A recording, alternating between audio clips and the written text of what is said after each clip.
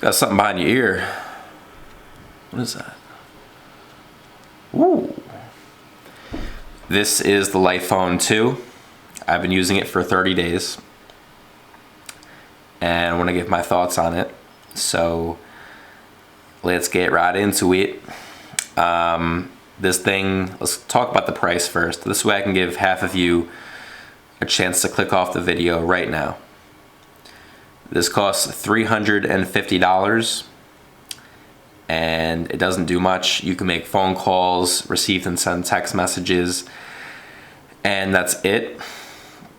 A lot of people think the phone's overpriced, and it's very unprofessional. And what I'd say to these people is there's no equivalent device out there that exists, so you're paying a premium for this phone. Let me explain. It has 4G LTE connectivity, meaning I can make phone calls in nightclubs, in weird areas. It goes through. It has group messaging, which good luck finding a flip phone that has that. There's a couple, but there's not many. This also has a touchscreen QWERTY keyboard, which actually works pretty well. And on top of that, this is just a sexy little device. Just a nice little device, and I like it a lot.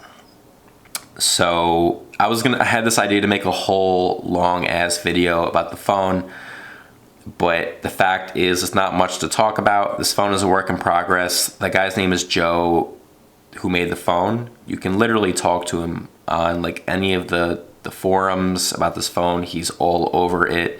He's taking people's problems into consideration. He's pretty committed to making this phone work well. At the moment, this thing crashes on me. I have issues with the alarm. I'll put a list in the description. The thing is, I don't want to talk too much about the current state of the phone because that's going to make this video outdated in a couple months when they update everything. Other than that, I love how this phone makes me more available, but also less available at the same time. And what I mean by that is, like, with my iPhone, I was so distracted by it, I would leave it, like when I went to sleep, I would leave the phone in another room, which a lot of people think that you shouldn't sleep next to your phone anyway. But personally, I like being in touch with my close friends and family at night, at 24 hours a day. So I like how I can leave this next to my bed, and I'm not compelled to grab it and look at it and get distracted by it, because there's quite literally nothing to look at on this thing. Same with like reading, studying, working. I can leave this next to me and I can still answer and receive phone calls and text messages, but I'm not going to, go on Instagram or do anything that's wasting my time, which is why I like the phone. I feel like I've gotten hours back in my day. You can't really put a price on that. I guess you technically could. Anton Kreil actually has a great video where he literally puts a price on your smartphone use.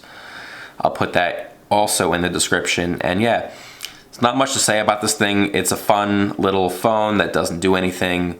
My gym sessions have gotten way quicker. Funnily enough, I work out in complete silence. Little organic conversations seem to pop up when I'm out and about because I have nothing to do. And that's pretty much all I can really think of. Driving has been absolutely insane without a navigation, but funnily enough, I'm actually getting better with directions now. I actually know how to get the Sunrise Highway, if you know what that is. And that's pretty much all I have to say about the phone. It's a lot of money, but it is cheap compared to a brand new fucking iPhone is like $1,200. So, you can make that comparison. It also doesn't do half the things that the iPhone does, but you take control of your life, you can get this phone. It's kind of corny. I'm probably going to keep using it for a little while. I have plans to reintroduce my iPhone with some limitations that I'm not going to get into here, but using this phone made me realize that you don't really need a smartphone. If you go on YouTube, a lot of people make these really dramatic videos about the 7-day, like the 5-day smartphone flip phone challenge. I missed 7 parties in 5 days when I got rid of my smartphone. It's like, it's not that dramatic. Like, it's not a big deal to get rid of your smartphone for a month. I did it. You could probably do it too. I feel like I was more productive. I was more present. I've actually had more fun in my day-to-day life without my smartphone. So it's just something to consider. Check out the Anton Kreil video in the description. He was the main reason why I decided to give this thing a try, and that's it. Thanks for watching. Thanks. Joe, while I have your attention, I want to point something out here. The issue with this button layout is if I send a text message and then, I type whatever, I type the message and then I hit send, the issue is that if I tap that same spot again, I call the person. And sometimes, especially in cold weather when this thing loads slower, I'll accidentally dial people, and that's kind of annoying. So I think if you just switched these 2 buttons, that would solve the issue. You can do that, or you could just change the send button location, or you could flip the keyboard so it'd be over here now. It's just a little suggestion.